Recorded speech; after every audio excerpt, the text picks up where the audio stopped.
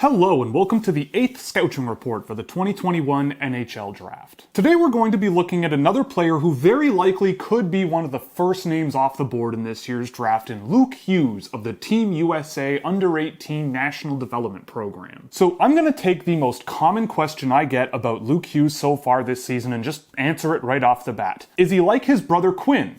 Not really, but kinda, I guess. And is he kinda like his brother Jack, but playing defense? And, well, I don't really think so. Luke Hughes, to me, is Luke Hughes. He is his own type of player that is distinctly different from Quinn and Jack. But I do think he echoes certain areas of the game with both of his brothers, and in ways that I particularly didn't expect. But starting with the high-level data that I tracked from Hughes in my sample, the biggest hallmark of his game, in my opinion, is his offensive transition play. Of 32 defensemen where I have a decent sample of games played, Hughes currently sits third in total offensive transitions per 60 minutes where he's involved. And he managed to maintain control on 72.5% of them. And if you look at the defenders who are top 10 in this category of total offensive zone transitions per 60 minutes at 5-on-5, only he and prep school defender Scott Morrow are above 65%. And Scott Morrow playing at prep school is something that really shouldn't be happening. So Luke Hughes is basically on an island when it comes to volume and efficiency in offensive transitions. How does he generate these results? Well, there's skill, a really aggressive mindset when it comes to pushing pucks up the ice with control, and he's got a great reach on his frame that allows him to pull pucks around defenders,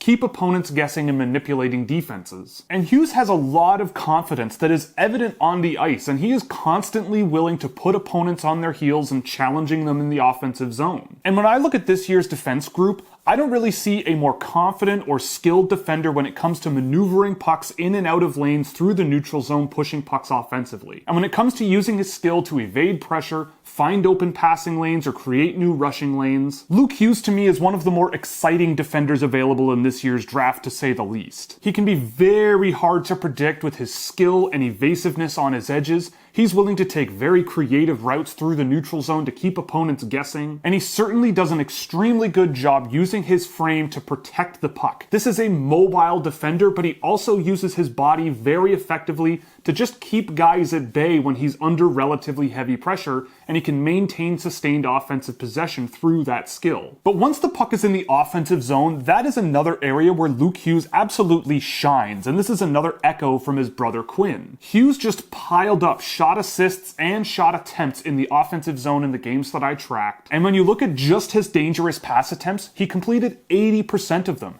And I believe that he completed 80% of them because he really meant to. This is not a player just throwing it in front of the net into a ton of traffic. He identified seams in the offensive zone and got the puck to its receiver often. And that 80% completion rate on dangerous passes far outpaces his total pass percentage of 68%, which is a very interesting trend that I've noted in a few players this year. So he's an offensive rush defenseman that can really attack opponents both through the neutral zone and in the offensive zone. He's got speed, skill, vision, and a wide variety of shot options to have just a very diverse offensive toolkit that I don't see in a ton of defensemen this year. And when he notices a 3-on-2 or a 2-on-1 mismatch, Luke Hughes is more than happy to jump into the rush and act as a forward and can drive offense that way. And if there are teammates on his line that can recognize that he is that type of player and they can fill in the gap that he abandons, then I think that there could be a really interesting attacking defender here one day. And a thing that I've noticed that is relatively rare in young defenders, especially offensive-leaning ones, is an ability to fake shots and keep opponents guessing in the offensive zone from the blue line, stepping out of a basic shooting lane with some skill, opening up a brand new shooting lane, likely in a more dangerous position, and confidently stepping up into the middle of the ice to drive more dangerous offense that way. And that is a thing that I spotted with Hughes quite a lot. So the offensive game with Hughes all around in a number of different areas is an extremely high-level game. But that's only one half of the game, so what about his defensive game? And this is where things with Luke Hughes get really murky, to say the least. So we'll start by saying that Luke Hughes has the mobility and confidence and aggression to just step into play and block transitions coming defensively, and I felt that challenging with his stick was a very high-end trait. He was a very good separator of pucks when it came to simple stick checks and applying pressure on opponents to just free up loose pucks and turn play around. He can use his long reach to get to pucks first on retrievals, and he can prevent opponent possession in very troublesome areas just by getting his stick in the right lane at the right time. And he was one of the quicker defensemen I've tracked this year when it comes to turning a defensive situation into a potential offensive one. So when it comes to the area of defense where the defense turns into offense, Hughes shows an ability, whether it's carrying or passing the puck into the neutral zone, that shows that his play after creating a turnover one way or the other should be able to project into the National Hockey League as a good transitional defender, turning defense into offense. But all of this really happy stuff aside, Luke Hughes is not a perfect defenseman, and I feel like the issues that we're about to go over really affect his potential slam dunk probability of being a really high-end NHL game breaker. Now, we've been over the confidence that Luke Hughes shows when the puck is on his stick, but there were a lot of times where I felt that confidence bordered on selfishness with the puck on his stick. While he has the puck, he's resilient and agile, which are certainly traits you need in defensemen, especially offensive-leaning ones. And while it did pay off for him in junior levels relatively often, I do question how much he'll be able to get away with it in the NHL or let alone the college level. It would have been nice to see Hughes on a more consistent basis settling into a defender's role,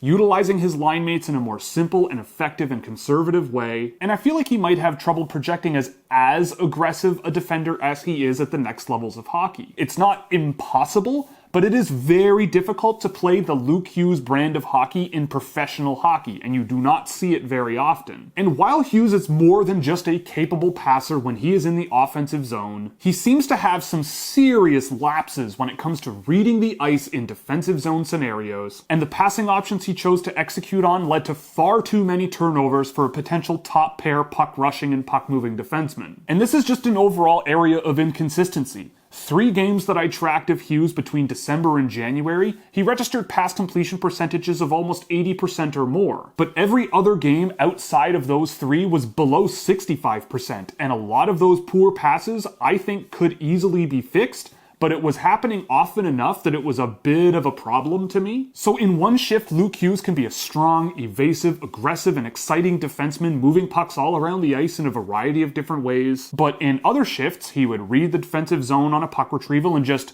send a relatively weak pass directly onto the blade of an opponent. And this led to a few periods of very extended defensive zone cycles. And to me, these types of decisions can be fixed over time, especially with a little bit of patience and a little bit of work on his end to refine his decision making. But with Hughes, we're talking about a top-end NHL draft prospect, and this kind of thing happened often enough, and sometimes were extremely mystifying, to the point where they just have to be noted. But where things go really wrong for Luke Hughes is whenever his first layer of stick checking kind of falls apart. While his stick checking is very solid, and his ability to turn play around into something offensive is very good, when it comes to defending beyond that, if those things don't happen immediately, Hughes can be just a disappointment. If his first stick check fails, he can rely too much on his reach and stop moving his feet, and of the defensemen that I've tracked a decent sample of when it comes to opponents entering the defensive zone with control, he was 9th worst in that metric with 44%. And nobody worse than him is anywhere close to him on public draft boards. So when you're looking at high-end players in this year's draft,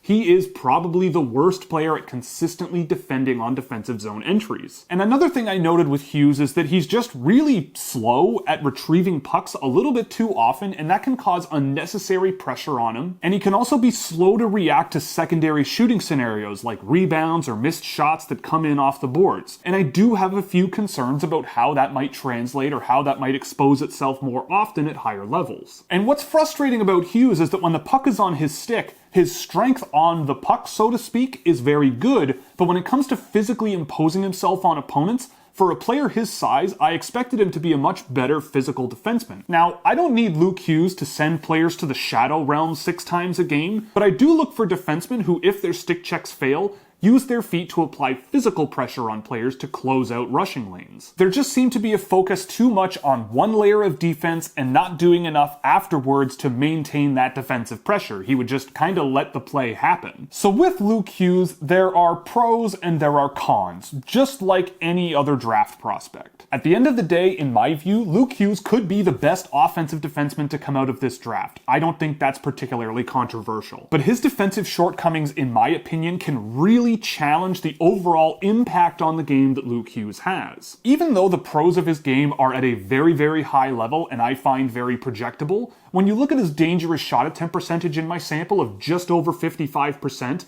and you look at the number of dangerous shot attempts against that he faced per 60 minutes at 5-on-5, that rate of dangerous shot attempts against was 6th worst of defensemen I've tracked. And if that rate of dangerous shot attempts against comes down to an average level in my data set, his dangerous shot attempt percentage would have improved to over 60%, which would have meant an improvement of over 10% on his dangerous shot attempt percentage in my sample as it is. But before we move on to the later parts of the video, I will also note something about Luke Hughes that always seems to go underreported in the draft, and that is his age. He is very close to a 2022 eligible player, and in my view, Hughes shows a lot of issues that a lot of young defenders show, and he is on the younger end of the spectrum. So I remain optimistic, but I was very surprised with both the pros and cons that I saw with Luke Hughes in the sample that I had this year. So what's the best part of Luke Hughes' game? And to me, it's pretty straightforward. His offensive transition game is basically unparalleled in my dataset, at least to this point. The diversity of his talent base here when it comes to his skill, his pace, his creativity, and his confidence simply stand alone when it comes to controlling possession through the neutral zone and getting pucks into the offensive zone with control. So if we're looking for a defenseman that can get the puck out of the defensive zone and put it in the offensive zone, you don't really have to look that much further than Luke Hughes in my opinion. The good part of Luke Hughes' game is his offensive zone playmaking. For a defenseman, yes, he might be one of the more common players to shake off a defender, step up into the offensive zone, and drive dangerous shot attempts off his own stick. But I feel like the playmaking side of his game is a little bit more translatable. Being able to step up from the blue line and step into the middle of the ice a little bit more, and then look for passing lanes on either the right or left wing is something that Luke Hughes did show from time to time,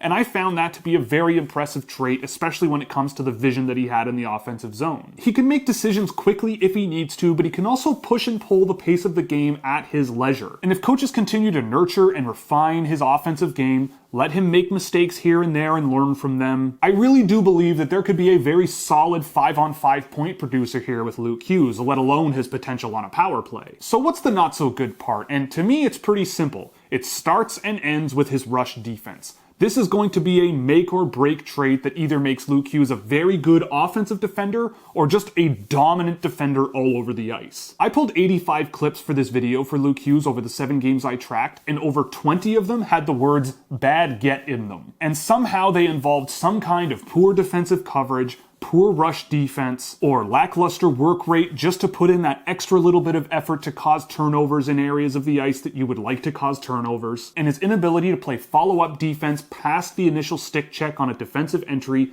really gives me cause for concern. But again, we're dealing with a very young defender in this year's draft class. And I will also say that he is a very mobile and fluid defender, so the signs are there that he can put it all together, but his lateral mobility, the intensity with his footwork, and his physical imposition level when his first stick check didn't work was either below average to poor at times, and he was often in position to challenge opponents often. It just felt like the multiple areas of his game couldn't be all put together at the same time in the defensive zone reliably. So hopefully this is something that comes a few steps over the next few years, and I think the talent is there to get there, but it's going to require work from his coaches and Luke himself to overcome those challenges. So with Luke Hughes, a big thing that I will fall back on is his age. And when you look at this year's draft class at the top end, Dylan Guenther and Luke Hughes are the only 2 players born in the most recent 6 months of draft eligibility. So you've got a very, very young player relative to the rest of the top end of this draft class, and in some cases it gives you a full year of extra runway to develop Luke Hughes. And looking at Bob McKenzie's most recent rankings that came out, Owen Power was the unanimous number 1 prospect. And if that holds true, when I look at Owen Power and Luke Hughes back to back, those 2 players are a full year apart, but as of today, those 2 players, in my view, show a lot of the same pros and cons. And when I look back on my thoughts on Owen Power coming out of his USHL year last year and my thoughts on Luke Hughes coming out of his USHL year this year, I personally would have drafted Luke Hughes before Owen Power. So having an extra year of runway to be a freshman at the same school that Owen Power is going to, could be a very interesting thing to see Luke Hughes develop within. And I will say that some of what I am saying in this video may sound a bit harsh, but this is still a player that to me is in the top tier of talent in this year's draft, and he's the only defender in that group. For a time, I had him ranked number 1 in my dataset, especially when seeing the improvements in his game going into the new year this year. And had he continued the torrid pace and the great improvement that he showed in that area of time throughout the rest of the year, yeah, he'd probably still be in that slot. But the increased care that I saw with the puck that he was showing, the simpler passing options while still remaining aggressive and confident offensively, started to wane, and the numbers began to reflect that. And it all ended with what seems to be a relatively serious injury to ligaments in his foot. I still think that he's a top 10 pick in this year's draft at the very least. While Hughes is a talented puck rusher, and there were games where his passing was a nice balance between conservative, aggressive, and creative, some moments when I watched Luke Hughes were absolutely mystifying. If I'm being perfectly honest, I don't think it's particularly likely that Luke Hughes is going to be an exceptional two-way defenseman that you can play 30 minutes a night and depend on him in both offensive and defensive scenarios constantly every single time he steps on the ice. But with improvements to lateral mobility and physical imposition, and learning from the mistakes that he can make that lead to him staring at the numbers on his opponent's jerseys, all could change that potential outlook. I'm hopeful, but I personally feel it's more likely that we're looking at a puck-rushing offensive defenseman who has some defensive liabilities that you might just have to live with. And I certainly still stand by the fact that this is probably one of the most exciting defensemen available, especially at the high end of this year's draft. And I will caution any NHL team scouting him and thinking that he could be a tremendous defensive defenseman if you just reprogram how he plays. He can skate very well in a straight line, especially with the puck on his stick, and there is size and a nice frame to work with, but I really think that you would be taking away from some really high-end traits of his game if that's the road you want to go down. So I would nurture that side of the game and refine it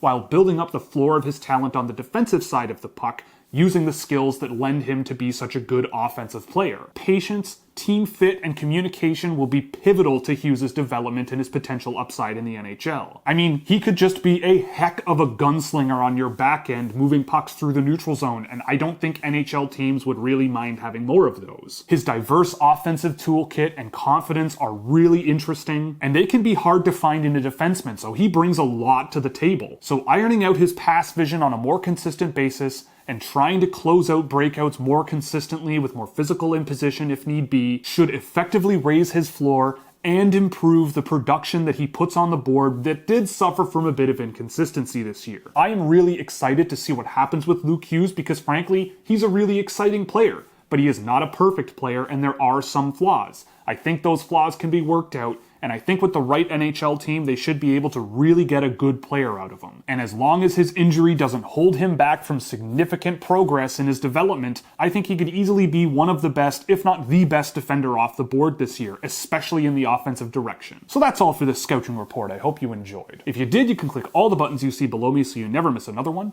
If you really liked it, you could subscribe on Patreon or here on YouTube by clicking join below. You'll get access to early access to videos, a Discord server, data sheets for hundreds of drafted and undrafted prospects across all 31 teams, merchandise discounts, and plenty of other goodies. Or you could pick up some merchandise from the Scoutswear shop, where 50% of all the profits go to the Women's Sports Foundation. So that's all, and we'll see you in the next one.